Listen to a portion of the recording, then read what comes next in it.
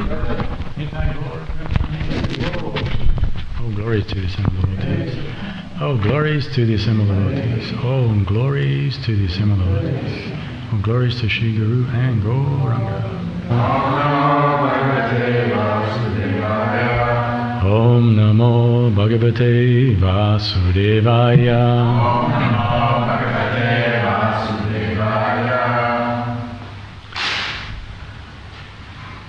Okay, reading from Canto 2, Chapter 1, text number 4.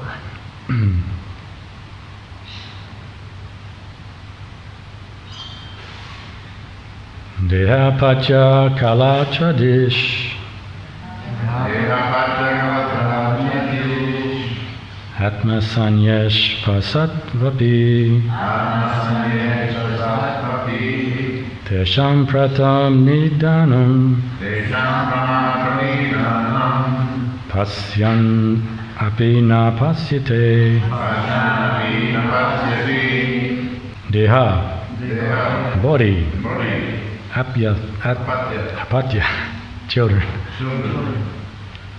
Kalatra Wife Adishu and in everything in relation to them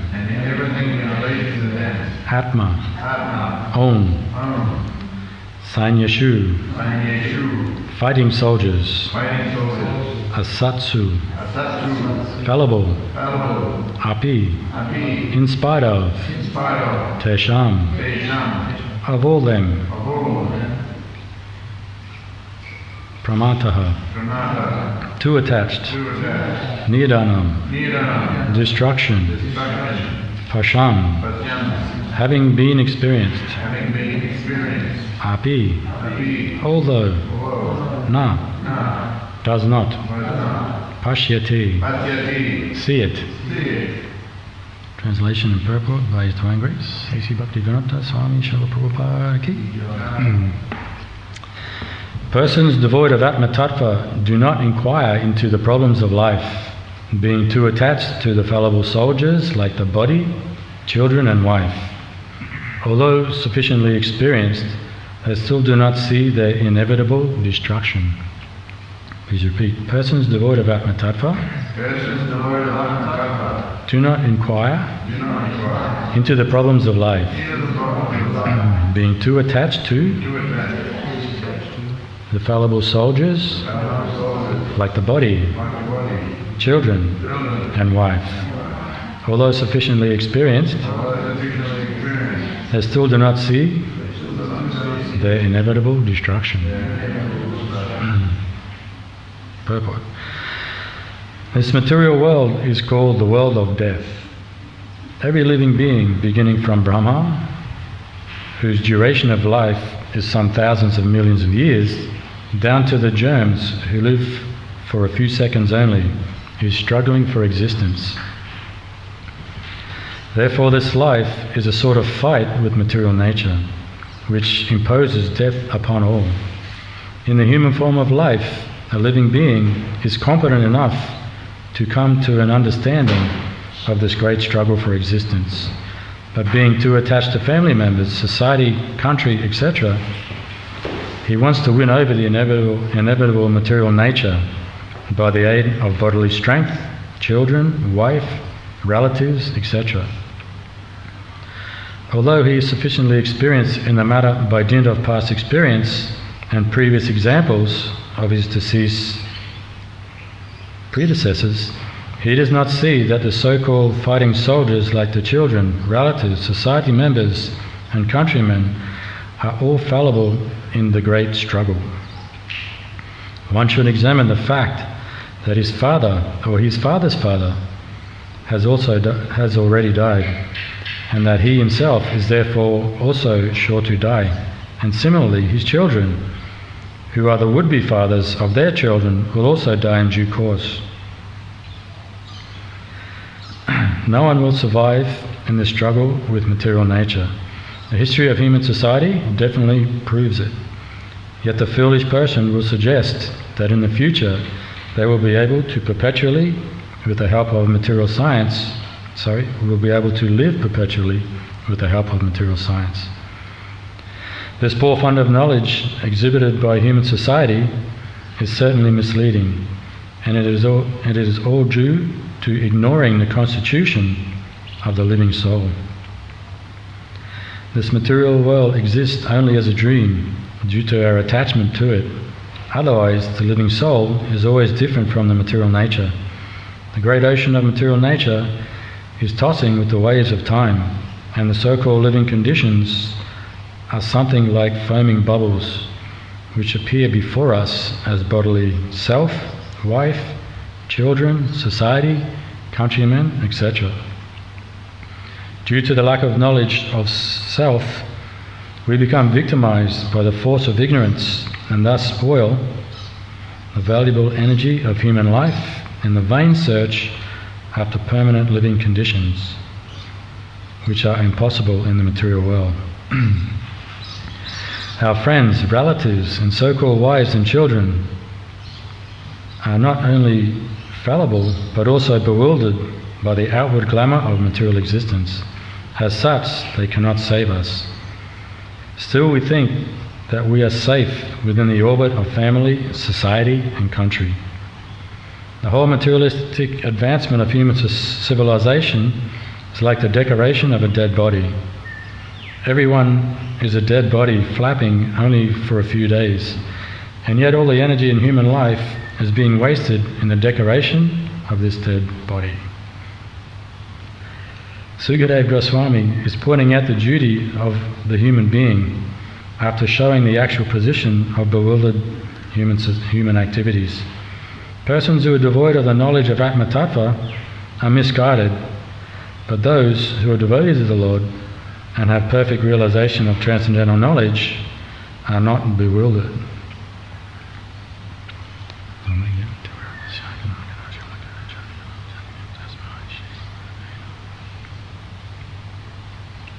Should we read the verse again? Persons devoid of Atma Tattva do not inquire into the problems of life, being too attached to the fallible soldiers like the body, children, and wife. Although sufficiently experienced, they still do not see their inevitable destruction. Pretty heavy one, huh?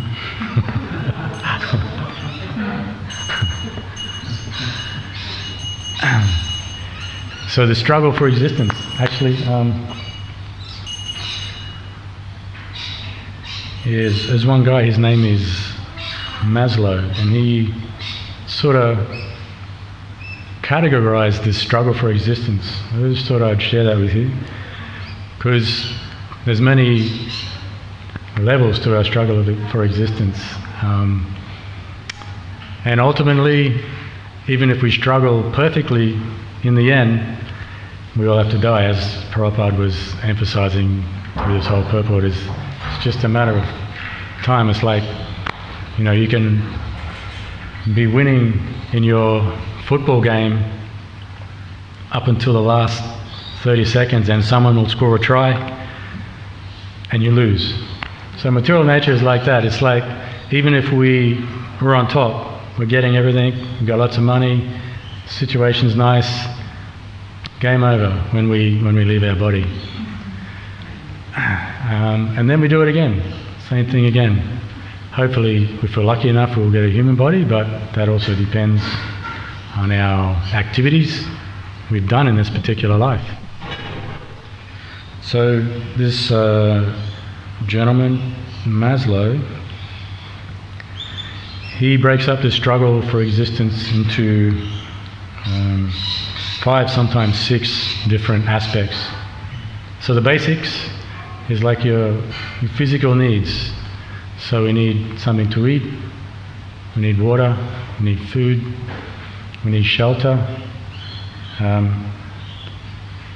we need to sleep, and we need to have, on a material level, we need to have some interaction, some intimacy with someone. So on the base level, just on our bodily needs, that's what we need. And for many of us around the world, we're not even getting that. And then the next level up is more on security. We need to feel safe. We need to feel there's some protection for us. And if we don't feel that, his analysis of these different levels is basically how we can become happy. That's what he's trying to achieve. So he breaks it down into these categories. And if one of these things is missing, then we can't actually go higher to develop as a human being. Otherwise we're just stuck on trying to find something to eat, finding some shelter, and that's it. That's all our mind is focused on. But when that's taken care of, then we can go to the next level where we can find some safety, some protection. And then the next level after that, if we've got all our basic needs met, then it's relationships. We're looking for someone to be our husband, our wife, our friends, and groups. We do little group activities, we find our little niche in society. And then we're looking for some position, some purpose in our life. So we've got our friends, we've got our groups, what do we do now? We need to give our life some meaning, some purpose. And then the topmost pyramid of this thing is doing all these things in a selfless way for society in order to fulfill that. His understanding of happiness is to be selfless to as much degree as we can and try and do good for others, basically. That's his understanding. So we're not thinking of us so much, it's about trying to help others. And in that way, we will find this happiness when all these different levels are taken care of. So you see the struggle for existence on all these different levels is there for all of us, even as devotees. We've had some past experiences which may affect us for the rest of our lives sometimes. But if we can deal with them and work with them, then what we do as devotees, we can also grow. Because you'll find that sometimes, we know what we should do, but there's something in the way, something blocking us. Some past thing, some problem with authority, some of this, some of that, whatever it may be. So we have to somehow deal with these problems in order to move forward as in our devotional service. So the struggle is real, as they say. As devotees, we have been given this knowledge that, okay, we are situated in a body, this Atma Tattva, as Prabhupada translates in the thing, and then the knowledge of the jiva. Who is a jiva? What is a jiva? What does a jiva do? What is the constitutional activities of the jiva? So in the Bhagavad Gita and the Srimad Bhagavatam, we get to know what us, that spirit soul, that observer, what they do in the pure spiritual world, and also those who come to this world to help the fallen souls like us. So, the knowledge we get from Bhagavad Gita is we're not the body. And it sounds so simple, but to live and to realize, to understand that in the fullest extent, it's not easy, because we've been thinking we're these bodies, as Prabhupada says, we're all dead bodies. It's just the spirit soul.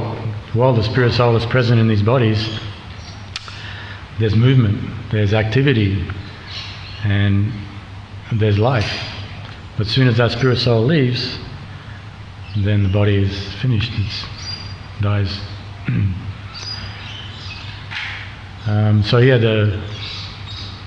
These bodies are vehicles that we're using right now. We have our spiritual bodies, But in this particular atmosphere we're living, we're forced to take a material body. And once we have a material body, struggle for existence. And as we're saying, if we struggle perfectly, there's still a point where the body is going to die. I mean, nobody wants that experience, but it's forced upon us by the laws of nature, by time, and so on. So, this problem has been considered since time immemorial. Why do we have to die? What is the meaning of life? All these kind of questions. And we come up with many different answers. Like nowadays, science will say that as we keep advancing in the understanding of the body, of the energies of the body, we can prolong life. And then there's the other guys who will say we can freeze your body, take all your vital life, freeze your body, and then in 100 years we can bring you back to life. Things like this.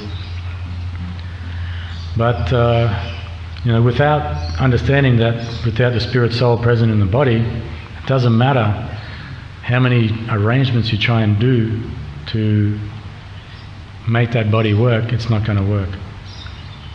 Because the active principle is always the spirit soul. So these bodies are like a vehicle, and when we drive around we see so many different types of vehicles, and they all have different purposes. And say you have a four-wheel drive, mostly these days they're driving around the cities, but they're meant to go out into the country, into the dirt roads and up these mountains and through these gullies. That's what they're designed for. And then you have like fast cars, sports cars. They're not meant to do that. They're meant to be on nice roads, be able to travel fast. And then you have like buses, they carry people, they take people to one place to another. Small little cars, good on fuel, electric cars, better on for the environment. So when we're driving around, we see so many different types of vehicles. And in the same way, the spirit soul, he gets in and out of all these different vehicles we call species of life. And all the different species of life also have different purposes. So like, if you have the body of a bird, you can fly. Most birds can fly. If you have the body of a fish or a dolphin, you can live in the water. We can't live in the water. In so many different animals, they can do different things compared to what human beings can do. We can do all those things, but they can do it all the time. We can do it sometimes. But the human form, the human body, it has a particular purpose.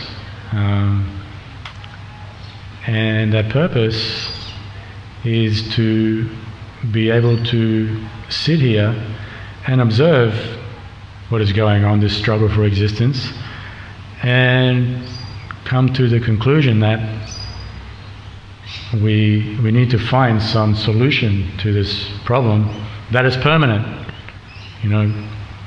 We're always trying to adjust in the material world. We're trying to, this problem comes, okay, I'm going to fix that problem comes, I'm going to fix that problem. And we do that. But ultimately, that same problem is there for all of us. At some point, we're going to have to leave our body. So, with this knowledge of Bhagavad Gita and Srimad Bhagavatam, we can face that challenge with the right mood, the right consciousness, and we can extract ourselves from struggle for existence. Many times reporters or someone would challenge Prabhupada in conversations, and they would say things like, your devotees are still going to die. Like you keep saying that, we're all going to die, but your devotee is also going to die. And he would say, yes, their body will die, but they will then have eternal life. And that, for all of us, whether we're devotees or not, we're looking for that permanent situation where we can be peaceful, where we can be happy, where we can have nice relationships, where we can, find our purpose and love. And in the material world, it's very hard to do that. Everybody has so much stuff going on. And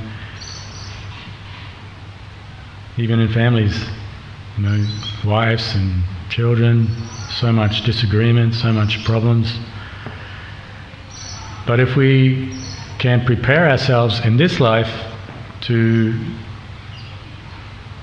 get ready for that eternal situation, so now we're practicing our sadhana, we're practicing our bhakti, and as that's growing, we are taking these layers off, all these designations that we have.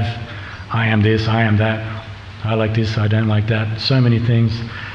And then at some point, as we say self-realization, all those layers will be gone, and it'll just be us, that conscious person, spirit soul, left. And at that point, we're eligible to go back to the spiritual world. And in that place, we will have all of these desires that we want to do now in this material world. They'll be satisfied to the more than we can even imagine. Like you see in the Chaitanya Charitamrita, the ecstasies that are exhibited by the devotees in the company of Lord Chaitanya and Lord Nityananda, even while they still had material bodies, they were able to experience that perfection of love and interaction, the rasas. Their bodies were not able to cope with the amount of pleasure and ecstasy that is coming from the soul. The body malfunctions. It does all kind of strange things. And they pass out, blood comes from their pores, all kinds of stuff. The body, this human body, cannot actually hold the love or the ecstasy that the soul can experience. I give an example with gloves. Like we can touch, we can feel with our hands, and it's easy to pick something up, so you can be delicate. But as soon as you put just like a little latex glove on, the feeling is gone to some degree. You can still feel, but the sensation is gone, and you lose a little bit of mobility. But then if you put a thicker glove, there's no sensation. You can still move your hand, you can still pick stuff up, but also the movement is restricted again. And then if you put a big leather glove, it's very hard you have to pick up bigger things. Pick up small things, very hard. No sensation. So the spirit soul, that's us, we're kind of wrapped up in different levels of gloves depending on our state of consciousness, whether in the mode of ignorance, passion or goodness. In mode of ignorance, we've got the big thick glove on. We don't feel nothing. It's just everything's messed up. We're just mode of passion. We've got a little feeling there. We have some attachment to our families, and we want to do stuff. We want to become something. In mode of goodness, there's much more expression of that selfless love coming through. So that's a little analogy that I have. I think I'll shut up now. Anybody have any questions or comments or corrections?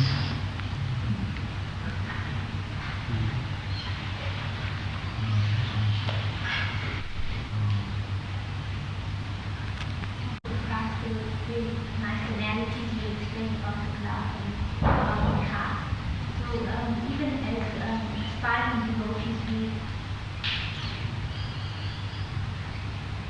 Might have to turn the unit on over there.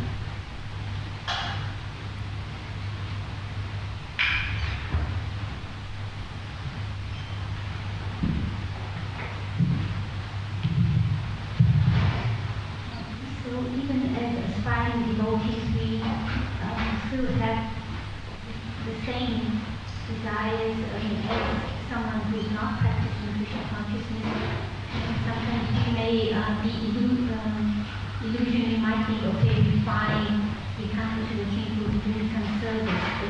But, it may externally be there, but then internally, how do we actually go deeper? Because we sometimes think we're okay, but actually we're not. There's so much. Yeah. It is a fact that our process, if we can just keep on doing it with a full concentration, full coming from the heart, it'll fix all these problems. But in reality, most of us, we're not really at that stage. We understand what we need to do, how to do it, and the application, we're getting better at it. But like I was saying, these samskaras, we would say in Sanskrit, but just these traumas or things that have affected us in such a deep way, we keep bringing them to this bhakti, to the bhakti path. And when a situation happens, someone will say something, or we have some issue with someone from the past. Every time someone will give us a little instruction, and it might not come with their intention might be right, but their delivery might not be so good. It's like just takes you back to whatever that situation was from your past. So we have to deal with these, again, I'll use the car example again. Okay, so I'm driving my car, and I got my GPS on. I know where I'm going. I know how long it's going to take me, and I'm just following. Okay, I'm going here. I'm going right. I'm going left. But I see there's some problem with my car. It's not running right. But I'm thinking, well, I'll just get there. I'm going to make it. But I don't make it because the car breaks down. So then I got to fix the car. I'm not at my destination yet, but I got to fix the car. So our body is our vehicle, our minds, it's all part of this vehicle that we have. So we know where we're going. We're going to Krishna. We're trying to follow the instructions. We know the path. But sometimes our vehicles are broken, and we've got to fix them. And to do that, sometimes we need to do things which are not so in line with, what we would say is just pure bhakti. But I think for me anyway, I think it's very necessary to deal with these things in order to be able to experience what bhakti is, because otherwise there's just all these walls and stuff, they just come up, poof, poof, poof. I know myself, it's like that. So,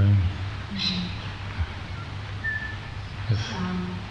When there is difficulty, you actually have to go instantly.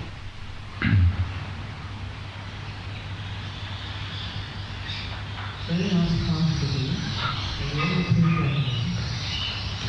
When you have difficulty, you have to internalize that difficulty and look at yourself and pray that Krishna will give you the person that's going to help you clear that path.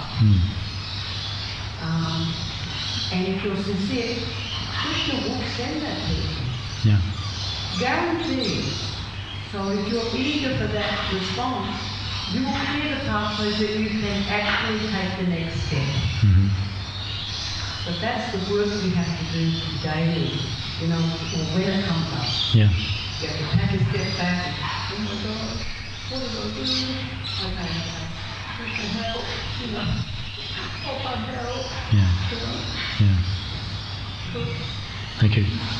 Yeah, that prayer and asking for, for guidance from others, and especially praying to Krishna to speak.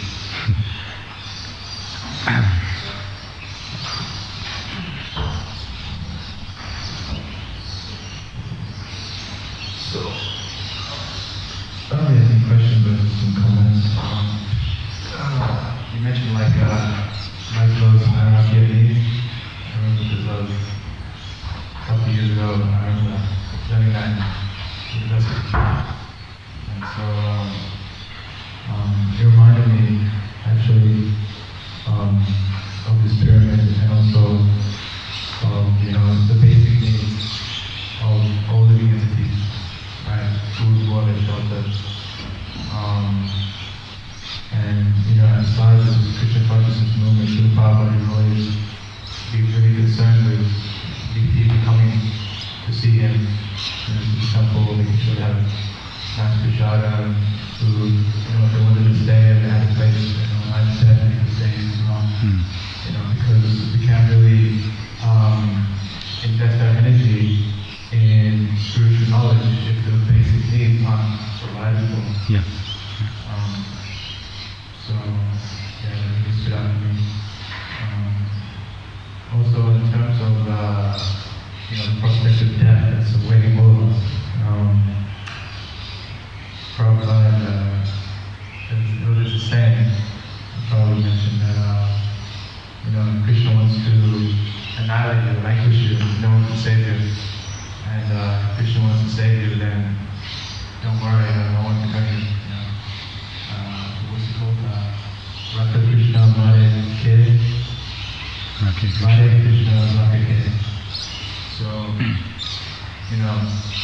even if you're on your deathbed, you're praying for 3 more years, let me sort out my family and my will, and maybe my daughter, my granddaughter is tired and please give me some more years so I can stay for the wedding. But you don't have any you can't ask for those things. Your time is already set in stone. If Krishna wants to leave your body at the time, you can't change that.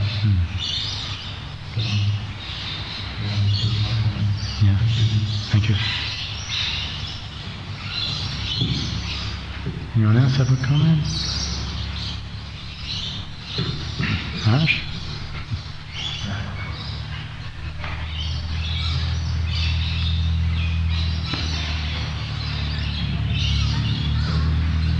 Quite a well-known verse from Srimad Bhagavatam there, but Prabhupada quoted quite because it's Srimad Bhagavatam, of course, talking about fallibility. And whilst we live in the world and with husband and wife, family, work, and so on and so forth, due to, and probably due to the term poor fund of knowledge, poor, it's like you have a fund of money, but if you don't have much, not much fun. So Prabhupada, he says that people have a poor fund of knowledge of the constitution of the soul, and therefore they're totally reliant on the constitution of the body. And as he pointed out, the body, the fallibility point that is made by Sukadeva Goswami and expanded on by Prabhupada, it goes to our own body in time, and then those that we seek shelter of to engage in activities with our body, they also have bodies. And not only that, they also have a full fund of knowledge. So it's very futile to totally take shelter of all these things around us on the material level, on the bodily level. So it's a very, very strong point that Sukadeva Goswami made. But if we have a proper understanding of the constitution of the soul and our relationship with the Supreme, all these things, everything becomes clarified in our purpose of life. So, I remember learning this verse early on in my days in Krishna consciousness, because Prabhupada quoted it quite often, as I said. Just we live in a time, and Prabhupada also makes the point about the illusion of living in the world and everything kind of being okay. And in one sense, we don't want to. Prabhupada said we're happy. Sometimes devotees are accused of being just too pessimistic. I think Mukunda referred to that yesterday about some reporter that came and was trying to get a journalist to come to the temple in LA, and he noticed some things around and he said that they were very negative. And the Prabhupada always said, well, the devotees are very positive about spiritualism, about Krishna, very, very positive. So they have quite a negative view of the totality of life in the material. Prabhupada mentions about like a dream. That's not reality. Although because people don't know anything, they accept that dream like reality or that illusion. So really one person, I've got probably a very long circle to it. Right, so a very strong verse by Srimad and he brings it up because Parikshit Maharaj is coming to the end of the life, and sometimes we need to snap out of that dream. Most of us need to snap out of it and come to reality. And so therefore the sages have to sometimes use some kind of strong language to cut through it. Especially at the end of life, because at the end of life, if you haven't developed in your spiritual life, in the Krishna consciousness, then you will resort back to all these things in your life that are quite fallible and proper makes point about, like fun and bubbles and all this stuff. It's just like that. Play for a while, and he used the term flapping bodies, a dead body flapping.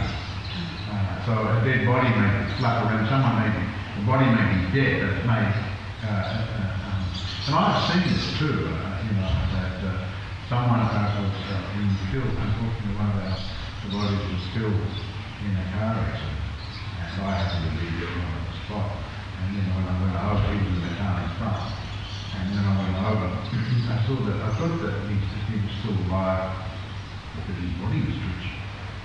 And then, but when the ambulance came, I said, actually, no, that's just, he'd already passed away. And it was just the muscles moving around, causing the body to move around a little bit.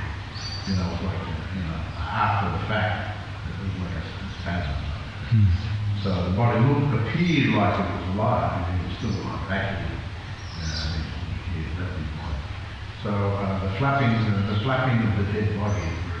A lot of good examples are given by Prabhupada and so forth how to sort of understand it, because we get the soul absorbing, and like the soul absorbing on the field that it's hard to see, the old saying, can't see the forest for the tree, it's hard to see clear of it. Therefore, and even someone said something to it is still very hazy, and therefore great sages are very powerful and Sukadeva come in and, without mincing words, go to things that we become very attached to, our families, this and that. And he just says it's powerful. If you just take shelter, then it's beautiful. Because, your father passed away, his father, your children will grow up and they'll pass away. And while we have to live in the world, it's not the all in all. We have to look to our spiritual advancement in life. And that's why Prabhupada said, yes, we're very positive. The devotees are very positive in that way. Although sometimes it comes across like very negative people but actually, no. The balance is, yes, we're just pointing out what's going on.